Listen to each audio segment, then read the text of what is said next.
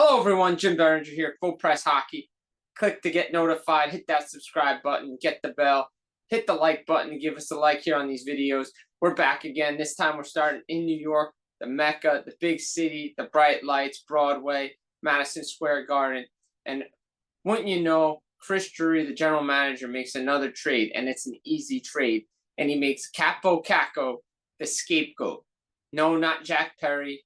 No, he's not going to be driving up on his bus that says scapegoat across. He's not going to have, a goat head, and he's going to be revealed in the Seattle Kraken. No, he might. Who knows? But Chris Drury traded him to Seattle for Will Borgen and a third-round pick and a sixth-round pick in the 2025 NHL draft. Now, look, this was an easy trade. I said on the Nightcap recap that, look, this was a get-me-out-of-here trade, just if you look at the return. 2 picks and an unrestricted free agent defenseman that they liked. If they really liked him, they probably would have got him sooner for a lot less. This was a get-me-out-of-here trade, and you knew this trade was coming, right?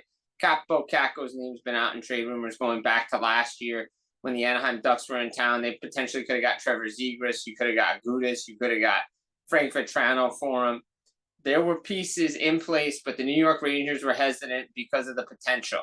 He signs his qualifying offer at $2.4 million right away, but everybody knew this was going to be his last year in New York with the Rangers, make it or break it year. But his name, Jacob Trouba's name, Chris Kreider's name, Ryan Lindgren, the list goes on, Keandre Miller, of guys that were potentially going to be on the move.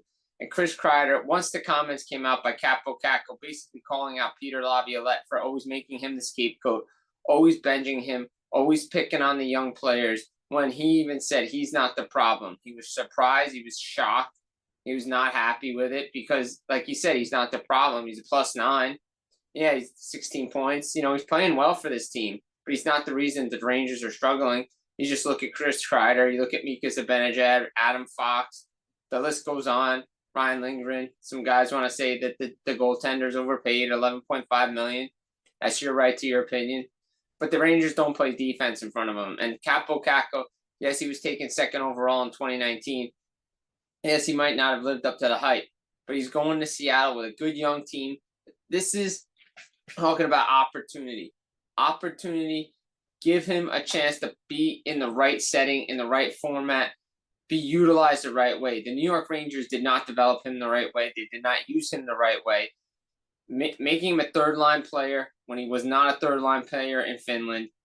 Yes, he probably should have gone to the AHL. Yes, he should have probably stayed in Europe. But they wanted to rush him. They saw what was going on in New York with Jack Hughes, the old debate with Jack Hughes, Kaapo Kakko, who's going first. But they never utilized him the right way. Yeah, he had success with Hedel and Lafreniere, the kid line. But when push came to sub, who was coming out of the lineup? Well, it was Kaapo Kakko. And you know what? He held his tongue as long as he could, and he was surprised by the scratch against the St. Louis Blues.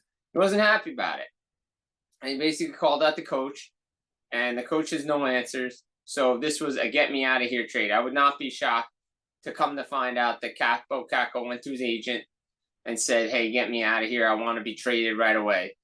And this is the return that they get. And they potentially could just get 2 draft picks for him if, Borgen doesn't turn out. Now, again, Ryan Lindgren's UFA. Keandre Miller's RFA. You look at some of these contracts, some of these players, there are no trade clauses, no move clauses, don't kick in for a little bit.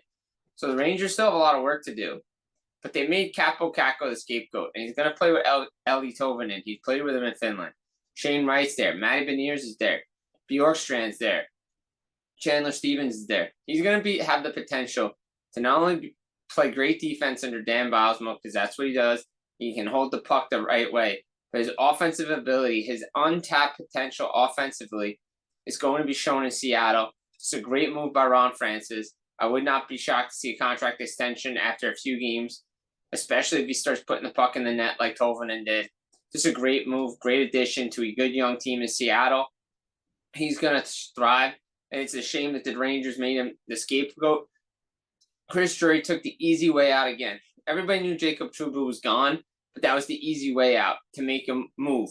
This was the easy way out just to trade Kaapo Kakko. And again, I would not be shocked to find out that he, wanted out. And again, how many other trades were out there? They could have gotten Jake Getzel.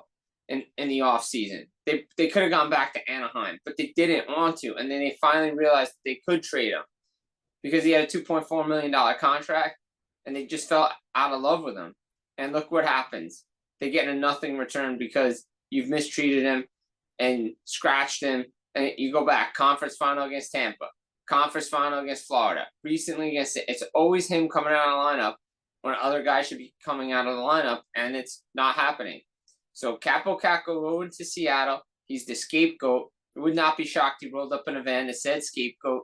Would not be surprised if he keeps talking about it because he's absolutely right. The New York Rangers made him a scapegoat. General manager Chris Drury took the easy way out, and if he fires the head coach, that's also the easy way out, and he should be looking for a new job. Yes, there's mutiny inside the locker room. They don't like Chris Drury. Well, guess what? This was just a bad hockey trade, and it doesn't make sense either way. But look out for Kaapo Kakko thriving with the Seattle Kraken because he was made to be the scapegoat. Jim Berenger, Full Press Hockey. Again, click the notify button, subscribe to the channel, give us a like. We'll be back again for more videos, reactions to some trades, including the one in Montreal, a little later on. Take care.